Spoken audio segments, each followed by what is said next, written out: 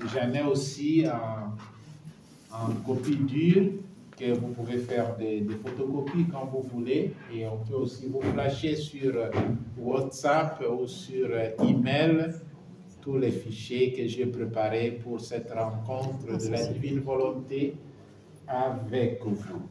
Ça va? Très bien. Tout le monde entend, même au fond de la salle.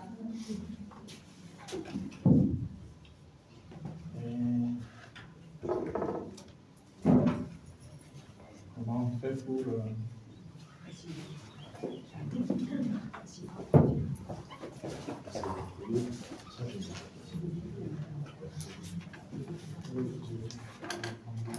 Avec les pieds du clavier.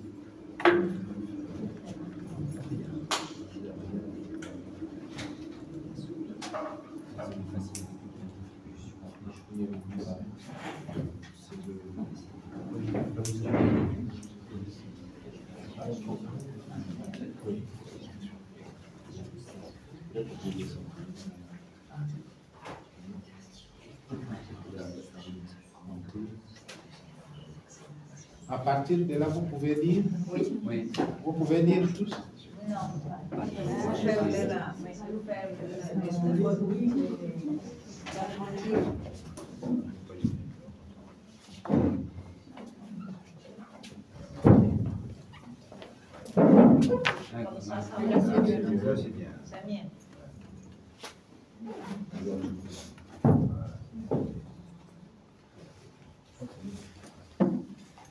On peut lire ensemble ces trois paragraphes. Au nom du Père et du Fils et du Saint-Esprit. Amen. Ensemble, Jésus, fusionne-toi en moi et je me fusionne en toi. Jésus, faisons tout ensemble. Fusionnons l'un l'autre dans la volonté, dans les désirs et dans l'amour, afin que je me fusionne dans la volonté, dans les désirs et dans l'amour de toutes les créatures, et que toutes soient renouvelées dans ton vouloir. Ensuite, je fusionne toutes les petites parcelles dans les tiennes pour pouvoir me fusionner dans toutes les parcelles des créatures, pour te donner, au nom de toutes, cette gloire et cette satisfaction que tous t'aiment.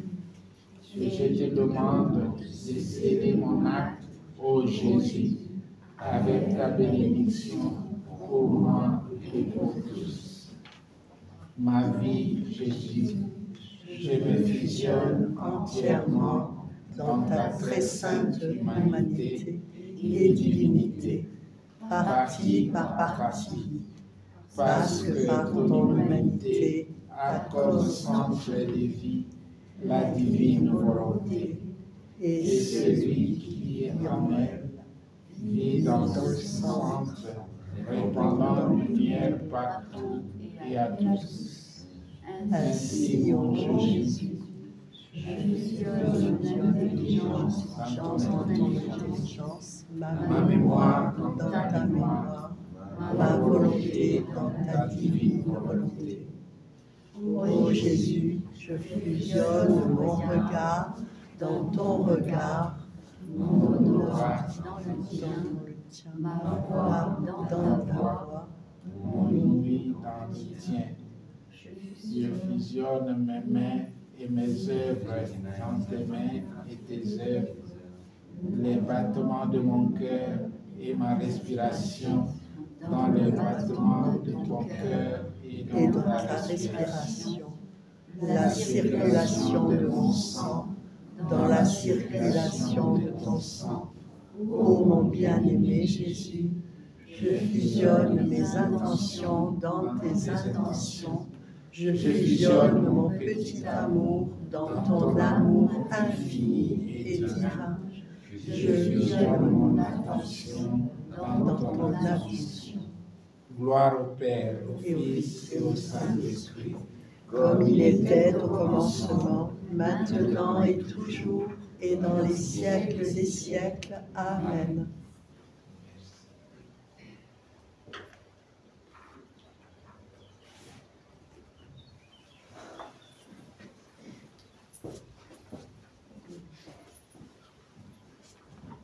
La première conférence, le premier partage peut être intitulé ou appelé, désigné comme le royaume de la divine volonté.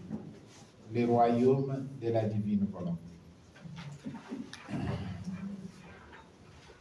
Si vous voulez noter, si vous voulez vous souvenir, qu'est-ce que nous avons dit ce matin? Le point 1, le royaume de la divine volonté. Le Seigneur nous a enseigné à prier, nous le dirons. Et quand il nous enseigne à prier, il dit, vous, quand vous priez, dites, notre Père qui est aux cieux, que ton nom soit sanctifié, que ton règne vienne. Et dans les langages courants des âmes de la divine volonté, facilement nous disons que ton règne vienne, que son règne vienne, que vienne vite ce règne. Alors, nous voulons, dans la divine volonté, méditer, partager ensemble que signifie ce règne que nous invoquons chaque jour. Nous avons l'évangile de Saint Matthieu, au chapitre 13e. Il y a quelqu'un qui a une Bible ici? Sur le Non, pas dans les éléments. Matthieu 13, chapitre 13. Oui. S'il y a quelqu'un qui a la Bible, oui. Oui. Non, vous lisez. Le chapitre 13e de Saint Matthieu. 13. En ce jour-là, Jésus sortit de la maison et s'assit au bord de la mer. Et des foules nombreuses s'assemblèrent auprès de lui, si bien qu'il monta dans une barque et s'assit. Et toute la foule se tenait sur le rivage. Et il leur parla de beaucoup de choses en paraboles. Oui, allez-y. Il disait, voici que le semeur est sorti pour semer. Et comme il semait, des grains sont tombés au bord du chemin, et les oiseaux sont venus tout manger. Vous connaissez cette parabole? Oui. Vous la connaissez? Oui. Avancez. À partir du verset 24. 24, d'accord. 22, 23, 24. La parabole de l'ivraie. Il leur proposa une autre parabole. Il leur proposa une autre parabole. Il en va du royaume des cieux comme d'un homme qui a semé du bon grain. Vous avez compris comment les paraboles de ce chapitre commencent, hein, avec cette expression, il en va du royaume des cieux. Ok. Vous connaissez cette parabole de l'hiver? Oui. Vous connaissez cette parabole? Oui. Lisez un peu, lisez un peu. Il en va du royaume des cieux comme d'un homme qui a semé du bon grain dans son champ. Or, pendant que les gens dormaient, son ennemi est venu. Il a semé à son tour de l'ivraie au beau milieu du blé, et il s'en est allé. Quand le blé est monté, en herbe puis en épi, alors l'ivraie est apparue aussi. S'approchant, les serviteurs du propriétaire lui dirent, « Maître, n'est-ce pas du bon grain que tu as semé dans ton champ ?» Très bien. Allez au verset 31. Il leur proposa une autre parabole. Le royaume des cieux est semblable à un grain de sénévé. Vous sentez que revient le royaume? Oui, le royaume des cieux. Allez-y. Le royaume des cieux est semblable à un grain de sénévé qu'un homme a pris et semé dans son champ. C'est bien la plus petite de toutes les graines, mais quand il a poussé, c'est la plus grande des plantes potagères, qui devient même un arbre au point que les oiseaux du ciel viennent s'abriter dans ses branches. Verset 33. Il leur dit une autre parabole. Le royaume des cieux Le royaume des cieux, oui. est semblable à du levain. Vous avez déjà entendu parler de cette parabole? Jamais entendu parler de la parabole du levain? Ok, allez au verset 44. Le royaume des cieux est semblable à un trésor qui était caché dans un champ et qu'un homme vient à trouver. Il le recache, s'en va ravi de joie, vendre tout ce qu'il possède et achète ce champ. Le royaume des cieux est encore semblable à un négociant en quête de perles fines. En ayant trouvé une de grand prix, il s'en est allé vendre tout ce qu'il possédait et il l'a achetée. Et le verset 47. Le royaume des cieux est encore semblable à un filet qu'on jette en mer et qui ramène toutes sortes de choses. Quand il est plein, les pêcheurs le tirent sur le rivage, puis ils s'asseyent, recueillent dans des paniers ce qu'il y a de bon et rejettent ce qui ne vaut rien. Ainsi en sera-t-il à la fin de l'âge. Ok. Maintenant, pour faciliter la compréhension, écrivez Matthieu 13, du verset 1 au verset 23, parabole du semeur et du terrain. Cette parabole parle du semeur, de la semence et du sol. Trois choses importantes dans la divine volonté. Le semeur, qui est Jésus, la semence qui est le don de la divine volonté qu'il donne à tous, et le terrain, c'est l'âme qui reçoit. Chacun reçoit selon ses capacités. Ça va? Du verset 24 au verset 30, l'ivraie ou la zizanie. Il y a des types de semences. Il y a la bonne semence du blé, mais il y a aussi la semence de l'ennemi. La divine volonté, c'est une vie de discernement. C'est pour cela que Dieu nous a donné les pouvoirs de l'âme, que sont l'intellect, la mémoire et la volonté.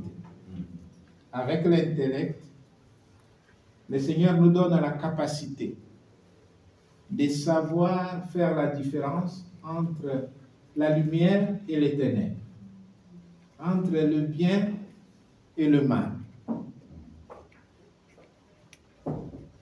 entre la semence bonne et l'ivraie, entre le bien à faire et le mal à éviter. Versets 31 et 32.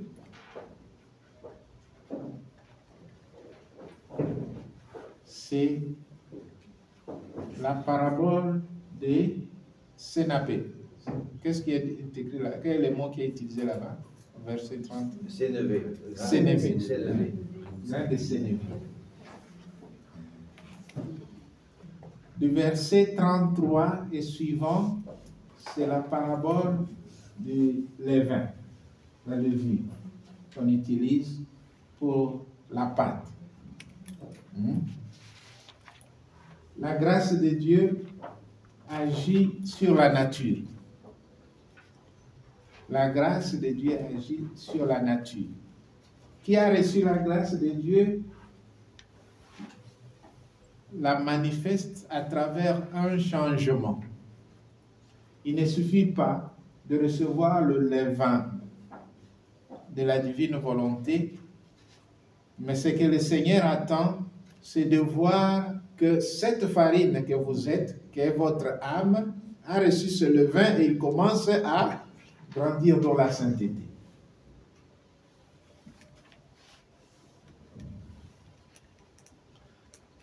Versets 44 à 46, les trésors cachés.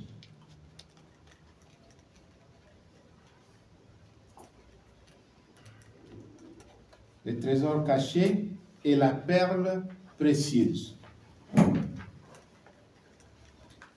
Quand vous lisez ces deux paraboles, vous allez voir qu'on dirait que Jésus répète la même chose. Mais il ne dit pas la même chose. Il dit des choses qui se complètent, en fait, qui vont ensemble et se complètent. On va le détailler. Et du verset 47 à 50, c'est, comme vous êtes ici à côté de la mer, vous comprenez mieux que moi, non? Du verset 47 à 50, c'est la parabole du filet jeté dans la mer de Hadjashur,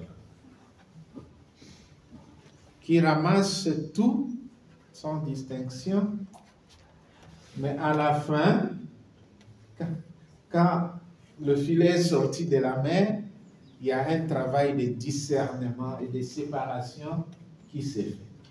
Avec comme conséquence, prendre ce qui est bon et utile et jeter, renvoyer à la mer ce qui ne nous est pas nécessaire.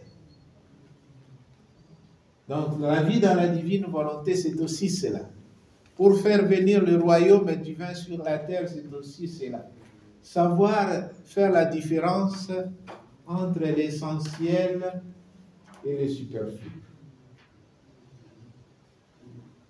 Vous avez la chance de rouler à bicyclette, non?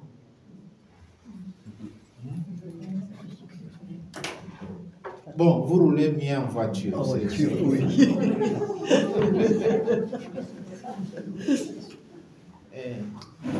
Quand vous avez une voiture, il y a des pièces, non? L'ensemble de votre voiture, de votre véhicule a des pièces de rechange. Parmi ces pièces, il y a des pièces nécessaires, ok? Des pièces nécessaires et des pièces accessoires, non indispensables. Les pièces nécessaires, indispensables, ce sont des pièces qui font que votre véhicule soit ce qu'il est. Si vous enlevez une de ces pièces, le véhicule ne fonctionne pas. Mais des pièces accessoires, ce sont des pièces, accessoires. Vous pouvez les enlever, mais le véhicule va vous rendre le même service. Ça aussi, dans la vie divine, il faut avoir tout ça en esprit. Je me suis fait comprendre jusque-là? Ok. Maintenant, on analyse les paraboles. Le chapitre 13 de l'évangile de Saint Matthieu comprend combien de paraboles? On les a comptées ici. Elles sont 7. Le chapitre 13 de l'évangile selon Saint Matthieu comprend 7 paraboles. C'est pour cette raison que ce chapitre de Saint Matthieu est appelé généralement le discours des paraboles. les discours des paraboles. Ces paraboles sont souvent appelées les paraboles du royaume.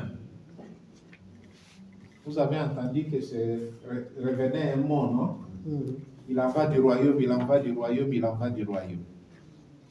Ces paraboles sont appelées paraboles du royaume divin, royaume des cieux. Pourquoi? En raison de leur contenu. Ou encore, on les appelle paraboles du lac. Pourquoi?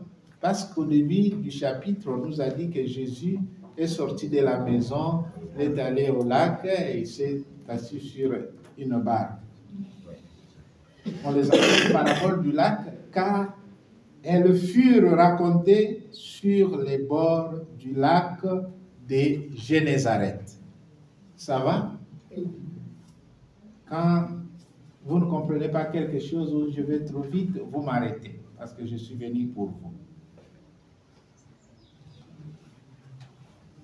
C'est lac qui est appelé aussi lac de Galilée. On l'appelle aussi lac Tibériade. Lac de Génézareth, parce que le district où se trouve ce lac s'appelait Génézareth.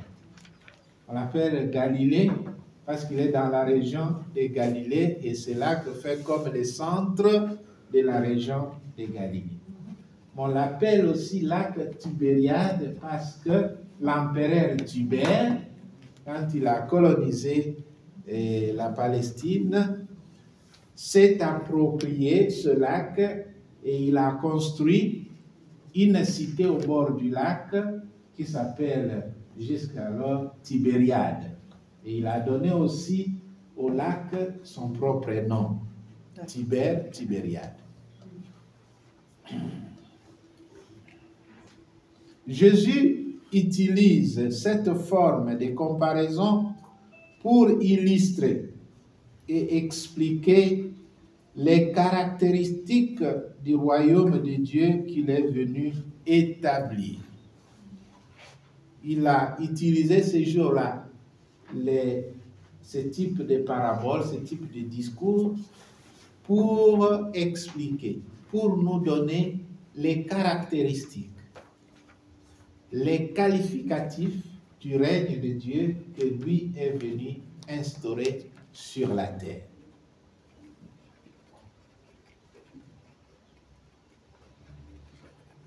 Il nous a laissé dans ce chapitre 5 caractéristiques du royaume divin.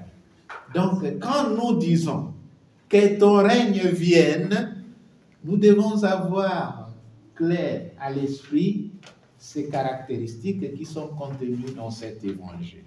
Parce que cet évangile, Jésus l'a proclamé pour nous signifier ce que signifie le règne de Dieu qu'il est venu établir sur la terre.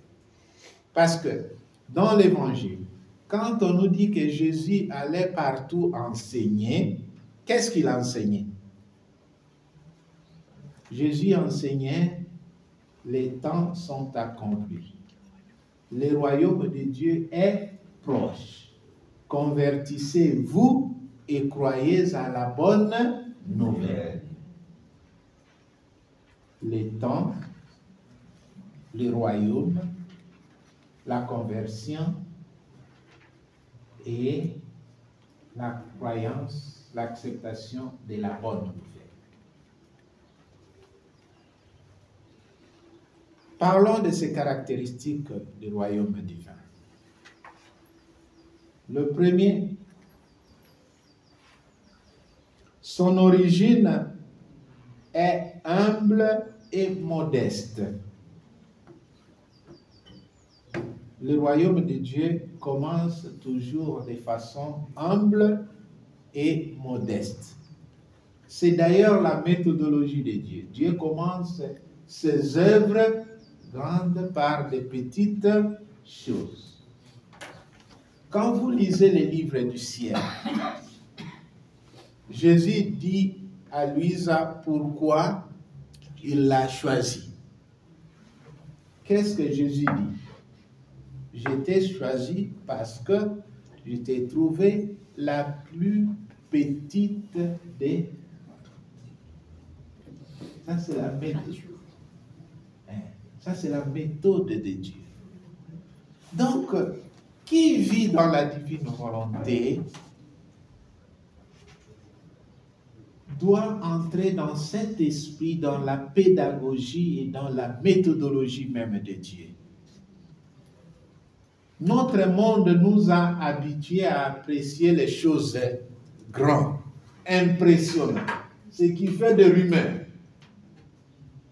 Mais Dieu nous enseigne comment entrer dans sa vie, à travers la petitesse, à travers l'humilité, à travers le silence.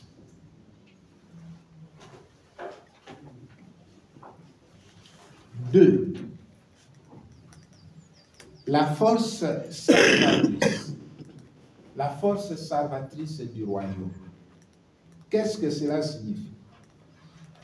Dieu appelle tous les hommes au salut, sans exclusion aucune.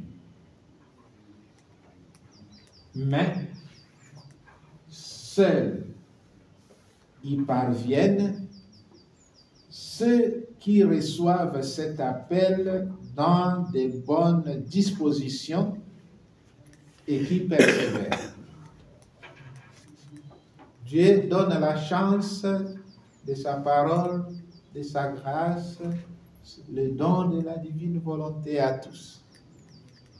Seuls y parviennent ceux qui reçoivent ces dons avec de très bonnes dispositions, mais ça ne suffit pas de le recevoir avec de très bonnes dispositions, il faut y persévérer.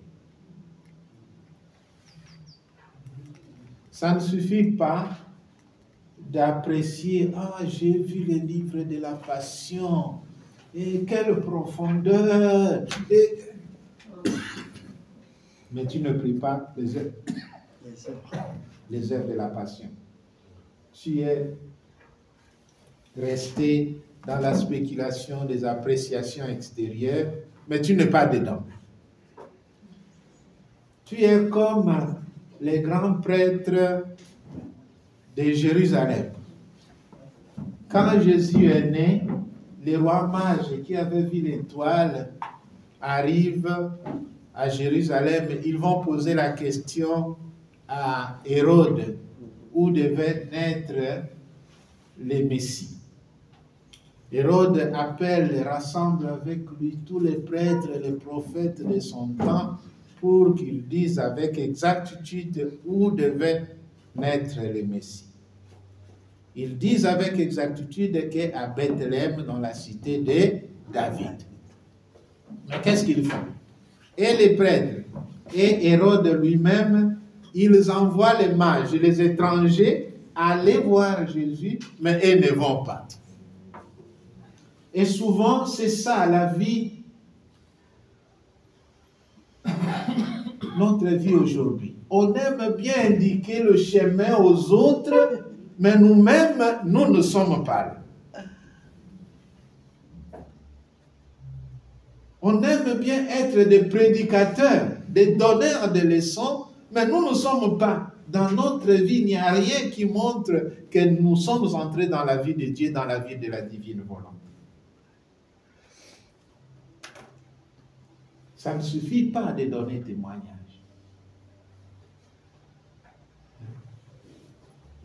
Ça ne suffit pas de prédire, de faire des prédications.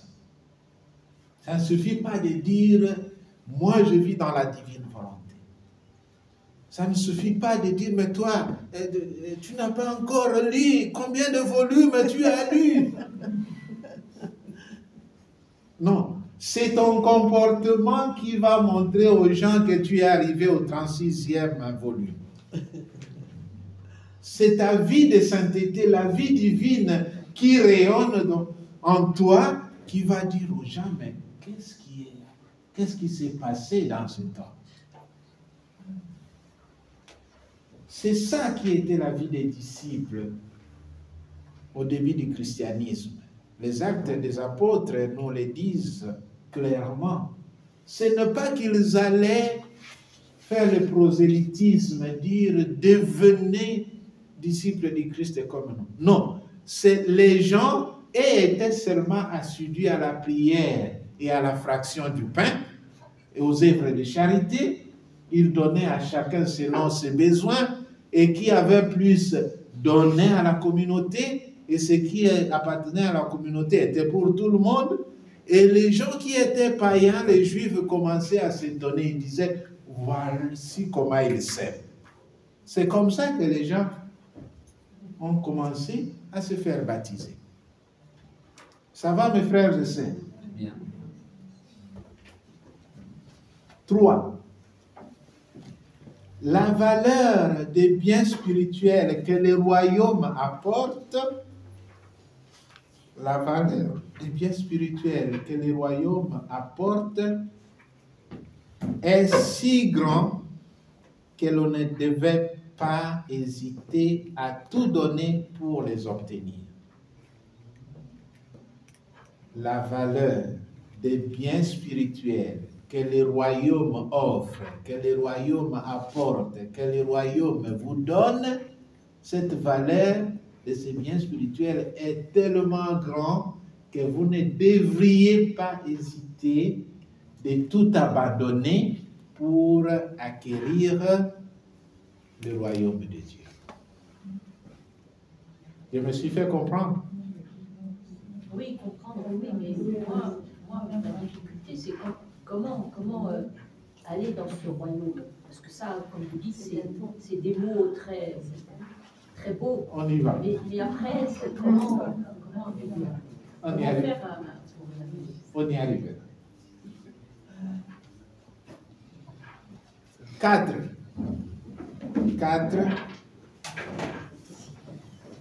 Le fait que les bons et les méchants seront mélangés jusqu'au temps de la moisson. Caractéristique du royaume. Les bons et les méchants seront toujours ensemble jusqu'au moment de la moisson. Ça signifie au temps du jugement.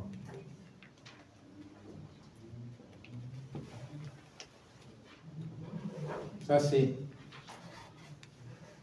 une des caractéristiques du royaume de Dieu.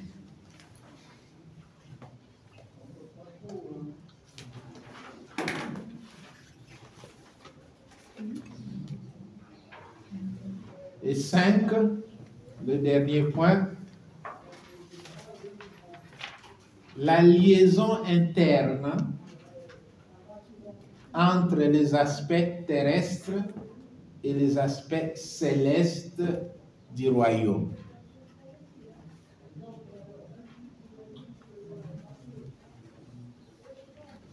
Jusqu'à ce que parvienne à sa plénitude à la fin des temps. Le lien intime entre les aspects terrestres et les aspects célestes du royaume, jusqu'à ce qu'ils parviennent à la plénitude des temps. Revenons en arrière. Quel était le premier point? Humble, modeste et silencieux. Origine humble et modeste. Modeste et silencieux.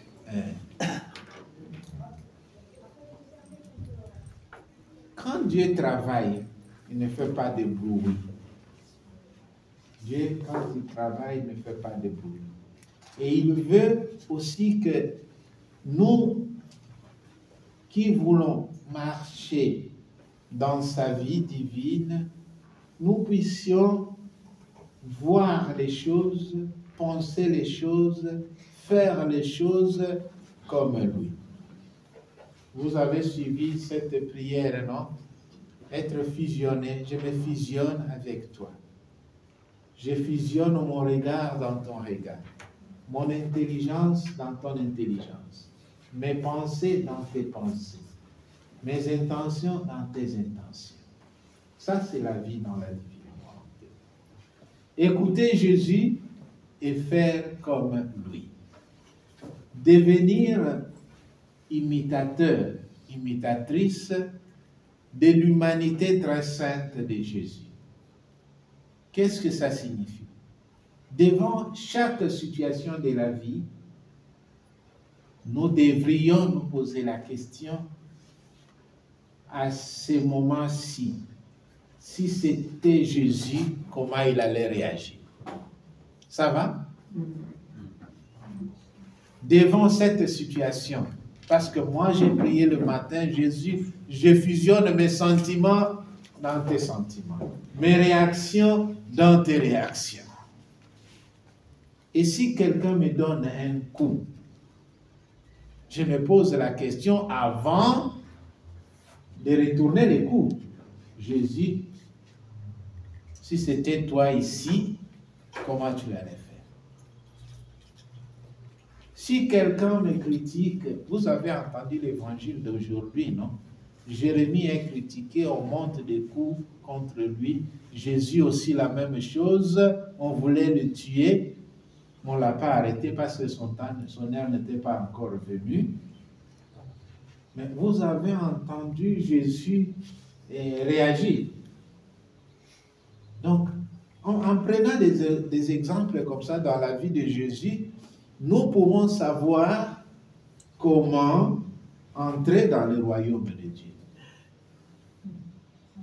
Nous pouvons savoir comment entrer dans le royaume de Dieu. Jésus est venu sur la terre pour établir le règne de Dieu, le règne du ciel sur la terre. Et il l'établit par sa propre personne.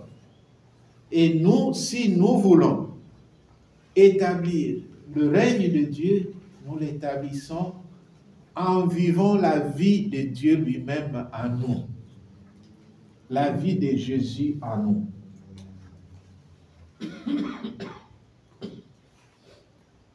Ce premier point correspond à quelle parabole parmi les 7?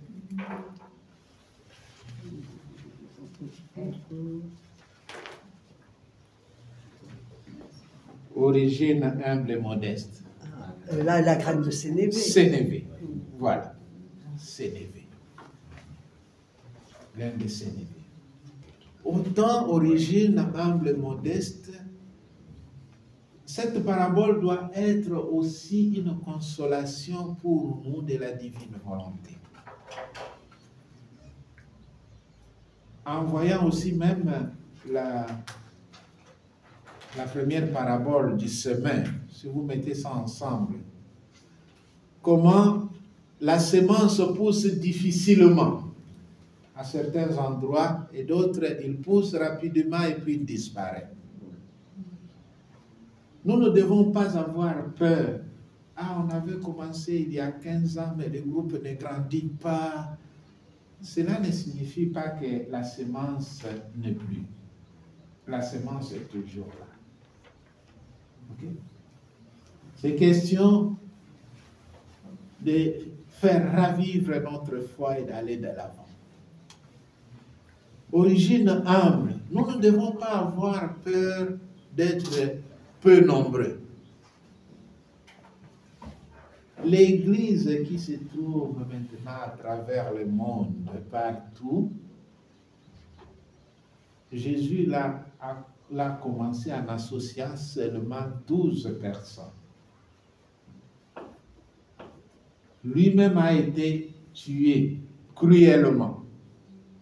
Les apôtres sont tous morts martyrs presque à l'Église.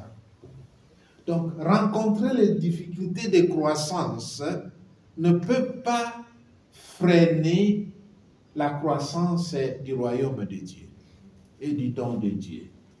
Ça va? Ça va, hein? Ça remue, oui. Allez de l'avant, n'ayez pas peur. N'ayez pas peur.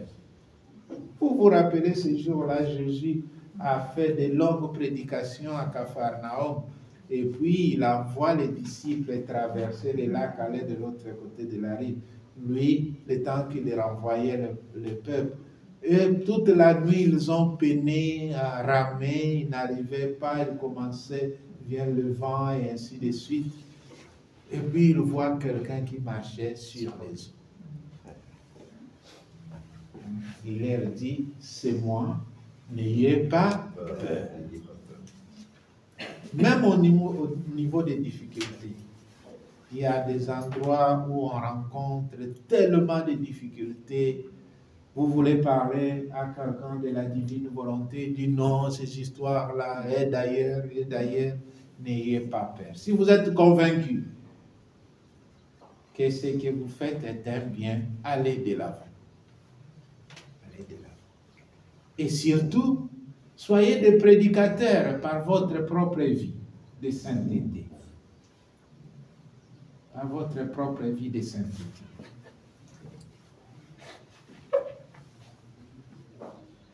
Sa force salvatrice, donc Dieu appelle tout le monde au salut. Mais seuls y parviennent ceux qui reçoivent cet appel avec de bonnes dispositions et y persévèrent. Cela se rapporte à quelle parabole? Le semeur. Le semeur. Très bien. Le fait que les bons et les méchants seront mélangés, seront toujours ensemble jusqu'au temps de la moisson, cela se rapporte à quelle parabole? Le filet.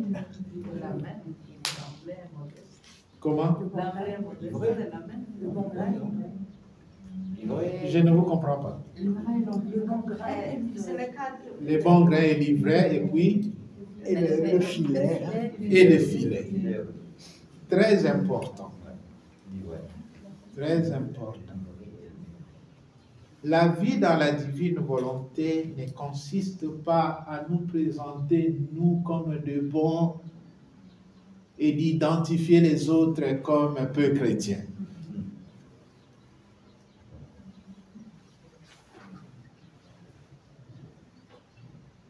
Ça va? Prenons la parabole du filet.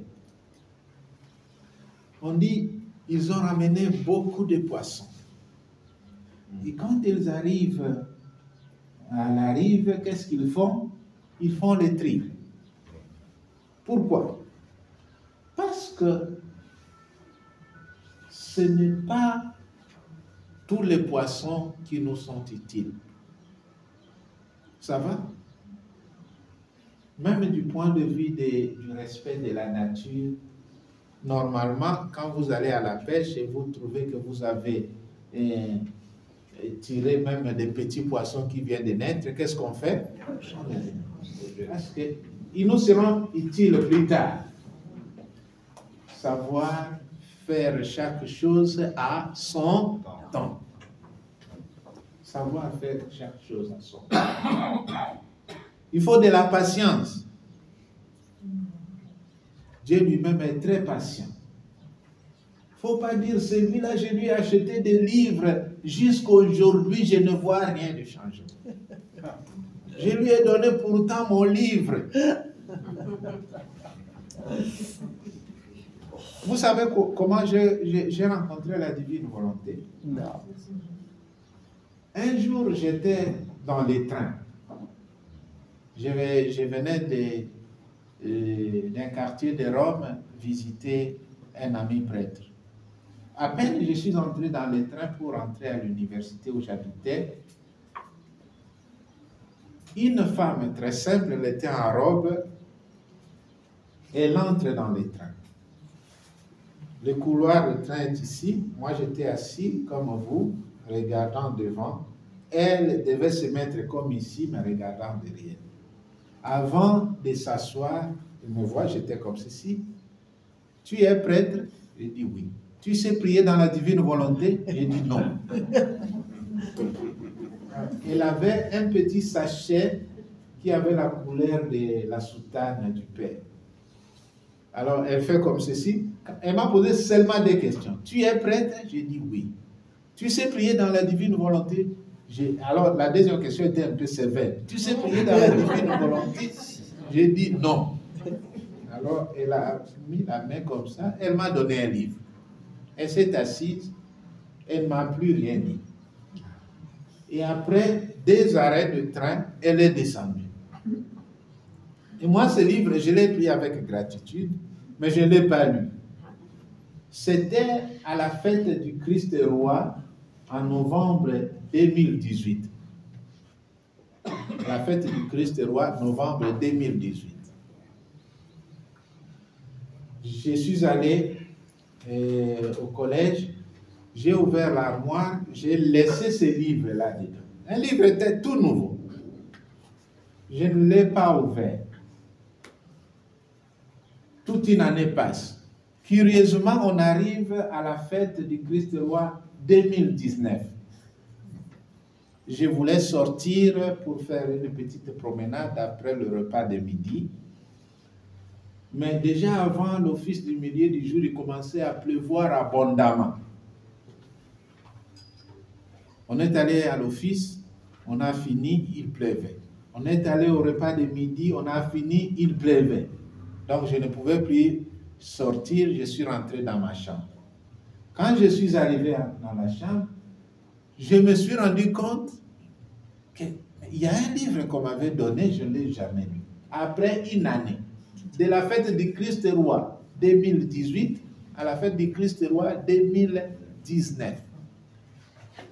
Je prends ce livre, je l'ouvre comme par hasard, je commence à le lire et je sentais que ça me prenait le corps, l'âme, l'esprit, l'intelligence.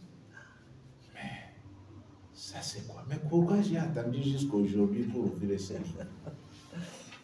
Sans savoir même quel était le titre de ce livre, je vais chercher à savoir un peu où est-ce qu'on a imprimé ce livre. Je tourne à la fin du livre, je vois les noms d'une dame qui s'appelle Carla Moralio, qui distribuait et distribue encore aujourd'hui en Italie, et surtout à Rome, les livres de la divine volonté, gratuitement. Alors, je l'appelle directement. Christ roi 2019. Elle me répond, Padre, vieni, siamo qui da me, abbiamo un cenacolo della Divina Volontà. Père, viens, nous sommes ici chez moi en cénacle de la Divine Volonté. Mais il pleuvait. Je demande au service de la porte de me faire venir un taxi. Le taxi arrive rapidement, je m'embarque, je vais chez cette dame. Je trouve chez elle une trentaine de personnes, et parmi cette trentaine, des hommes. Ok? Les autres étaient des femmes. J'ai continué la prière avec le groupe. À la fin, il me demande de donner la bénédiction.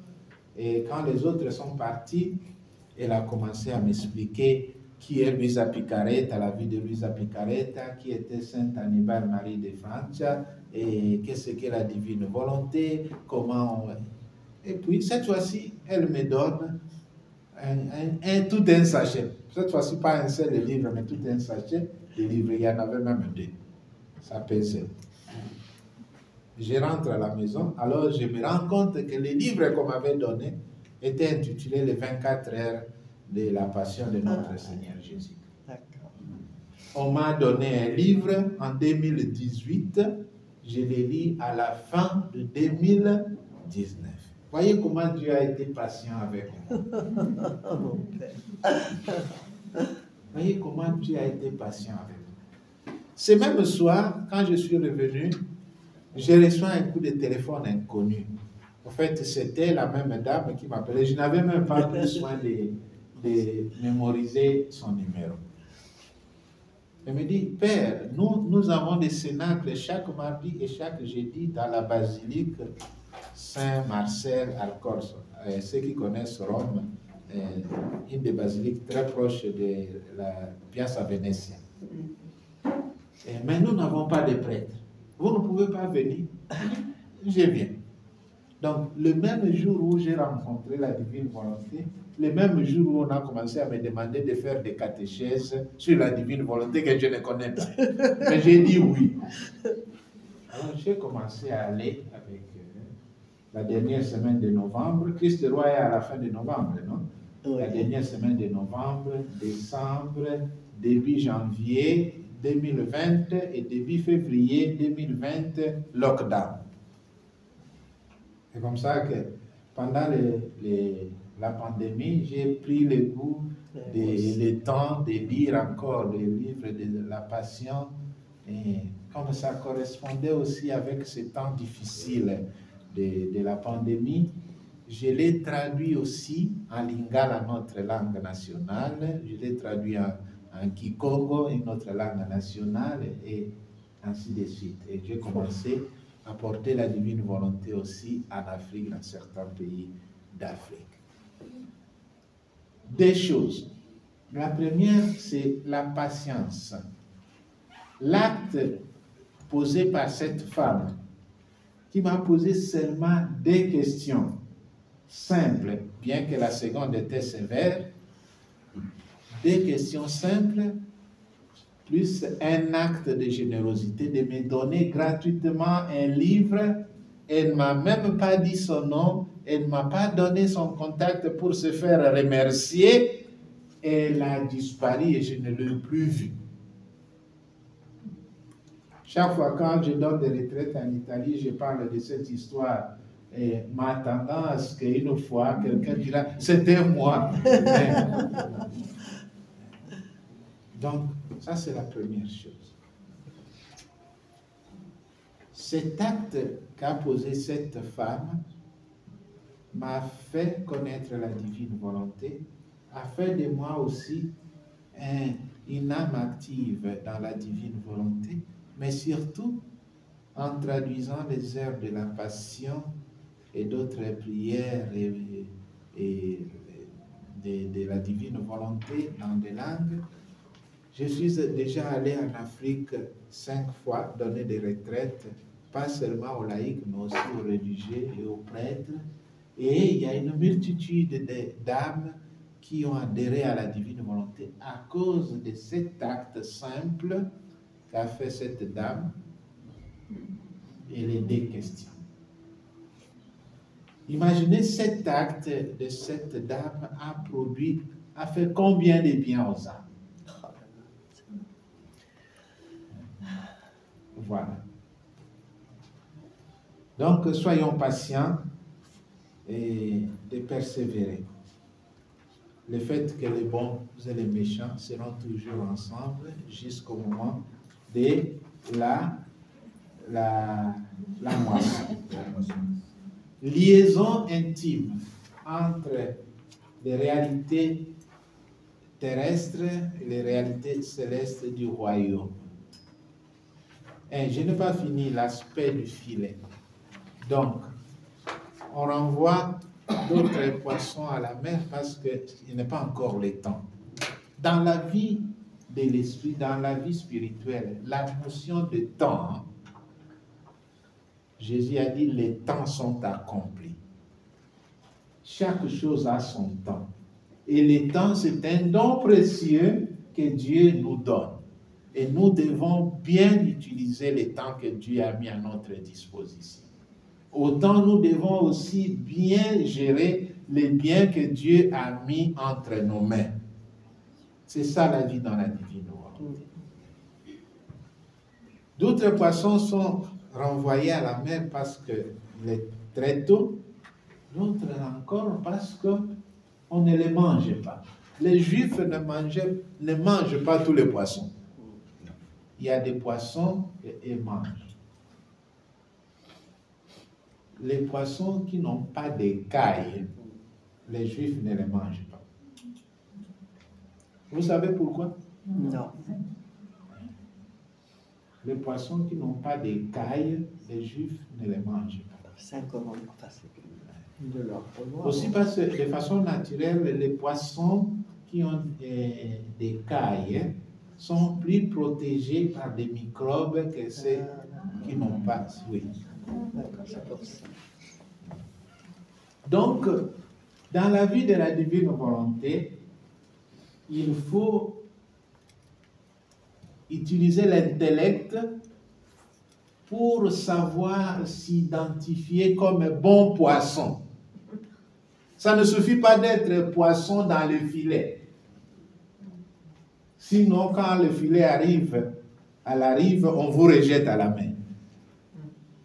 Il faut être le bon poisson. C'est ça la vie dans la divine. Les bons poissons. Pas n'importe quel poisson. Être le bon poisson. Comme aussi, pas être n'importe quel sol. Sol fertile. Je peux vous arrêter, mon père. Oui. Parce qu'en Église, on nous apprend qu'en chacun de nous, il y a toutes ces terres. Hein, le mauvais sol, le bon sol, que chacun de nous est comme ça. Et là, il semble qu'il y ait les bonnes terres et les mauvaises terres dans ce que vous dites. Oui. C'est pour cela que je disais, il faut éviter, les bons et les méchants sont ensemble. D'un côté, on doit chercher à s'identifier comme bon, se faire identifier comme bon. Quand on dit les bonnes terres et la terre rocailleuse, tout ça se trouve en nous, c'est en raison de savoir que il n'y a personne dans le monde qui est totalement mauvais. Il n'y a personne dans le monde qui est totalement bon. Donc, l'effort que nous devons faire avec l'intelligence que Dieu nous a donnée, c'est de savoir éliminer ce qui n'est pas bon et de rester avec ce qui est bon et utile. OK? La parabole du trésor, la parabole de la perle précieuse, je vous disais que ça semble dire la même chose, mais il y a une différence. Quelle est la différence selon vous? Le trésor, il le cache. Le trésor, il le cache. OK. Et la perle? Il la vend. OK. Une autre différence. Il en garde un. Il a caché le trésor, il a vendu la perle. Pour le garder, s'il le cache.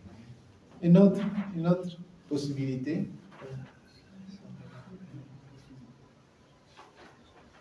Alors, notez ceci. Notez ceci.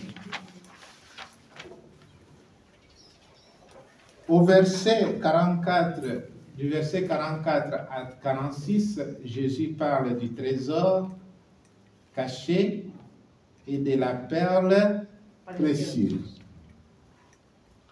Le Seigneur nous montre la valeur supérieure du royaume dans ces deux paraboles. Ça va? Si je vais vite, arrêtez-moi.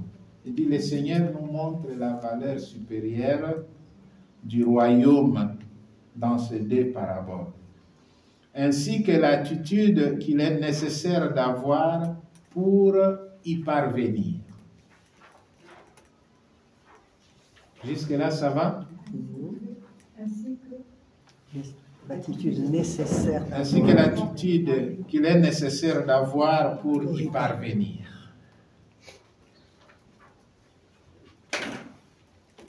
Ça va? Les paraboles sont assez similaires. Notez ça. Les deux paraboles sont assez similaires. Mais il est nécessaire d'en souligner les différences. Ils sont assez similaires, mais nécessaire d'en souligner les différences.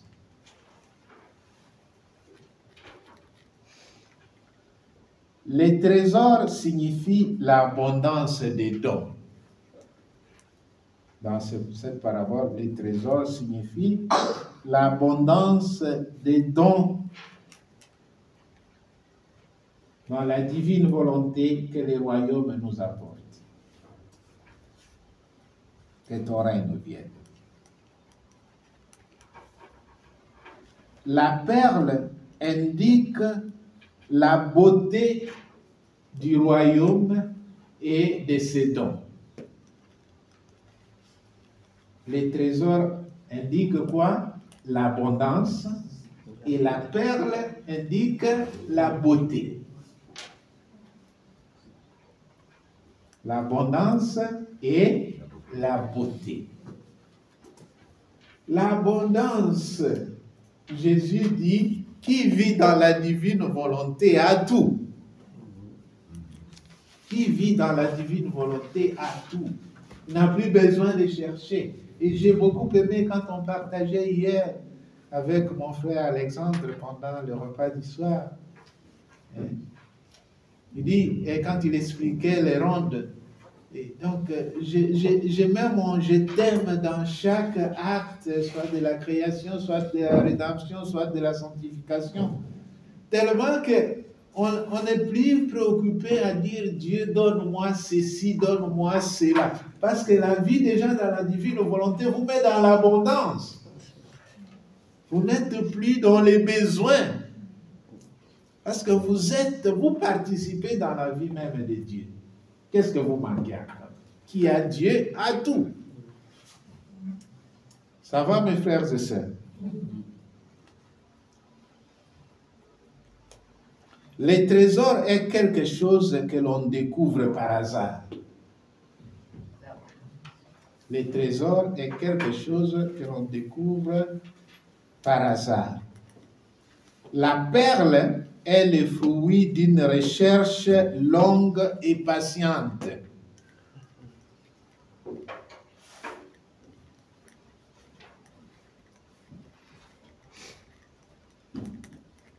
Mais dans les deux cas, l'âme qui vit dans la divine volonté est remplie de joie, comme elle l'est dans la foi.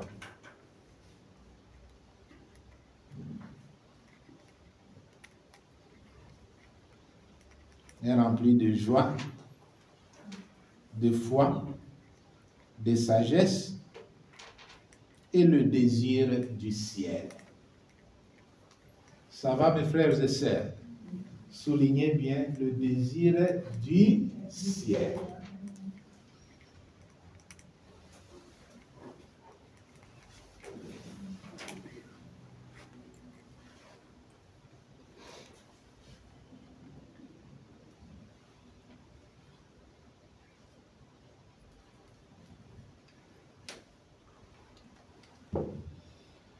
L'attitude de l'âme qui vit dans la divine volonté est la même dans les deux paraboles qui la décrivent en termes similaires. Il s'en alla vendre tout ce qu'il avait et l'acheta. Ça va? Dans toutes les deux paraboles, il y a s'en aller, vendre et racheter. Donc, quand on embrasse la vie dans la divine volonté, il doit y avoir quand même un changement. S'en aller. Changement. Vendre. L'abandon de certaines choses qui nous encombrent inutilement. De certains comportements qui en réalité ne devaient pas être le comportement d'un bon chrétien. Vendez ce comportement-là. Des attitudes, les désirs de l'autorité, du pouvoir, la soif de la gloire, l'arrogance, l'orgueil, vendez ça.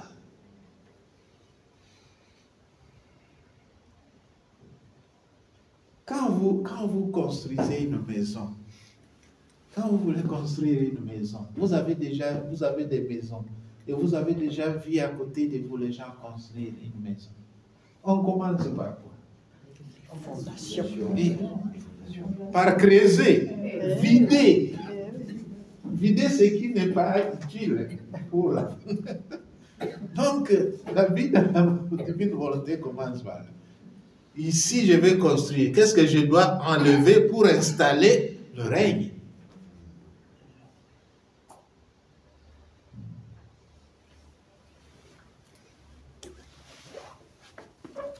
Donc, le détachement,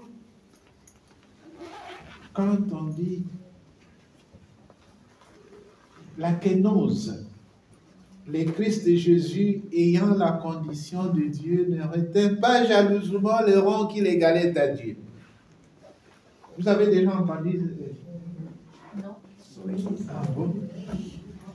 Saint Paul aux Philippiens. Le Christ Jésus ayant la condition de Dieu ne retint pas jalousement le rang qu'il égalait à Dieu. Mais il s'est abaissé, devenant semblable aux hommes. Reconnu homme à son aspect, il s'est abaissé.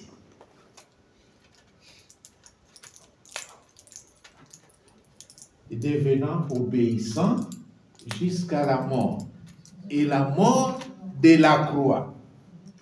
C'est pourquoi Dieu l'a exalté. Il l'a doté du nom qui est au-dessus de tout nom, afin qu'au nom de Jésus, tout genou fléchisse au ciel, sur la terre Et aux enfers. et aux enfers. Au ciel, superstructure, sur la terre, les structures, aux enfers, infrastructure. Afin que tout genou fléchisse au ciel. Et toute langue proclame que Jésus-Christ est Seigneur. Mais pourquoi? Pour la gloire de Dieu le Père. Tout ce que nous faisons doit avoir comme finalité la gloire de Dieu le Père. C'est ce que nous enseigne d'ailleurs le catéchisme de l'Église catholique. Au numéro 293. Catéchisme de l'Église catholique numéro 293. 293. Le monde a été créé pourquoi? Pour la gloire de Dieu. Il y a quelqu'un qui a l'Internet ici? Quelqu'un qui a le catéchisme de l'Église catholique? Tapez sur Internet et cherchez-nous catéchisme de l'Église catholique numéro 293. Et on fait la pause. Moi, je n'ai pas d'Internet. Le monde a été créé pour la gloire de Dieu. Hein? Le monde a été créé pour la gloire de Dieu. Vous pouvez nous lire ce paragraphe?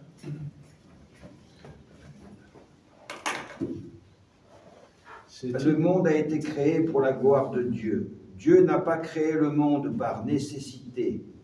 Il n'était pas obligé de le faire et il ne dépend pas du monde, mais il l'a réalisé librement. L'univers n'est pas nécessaire à son propre bonheur, à sa propre gloire. Ah. Donc nous les créatures, nous ne sommes pas là pour notre propre gloire. Parce que le monde a été créé pour la gloire de Dieu. Ça va? Faisons une pause.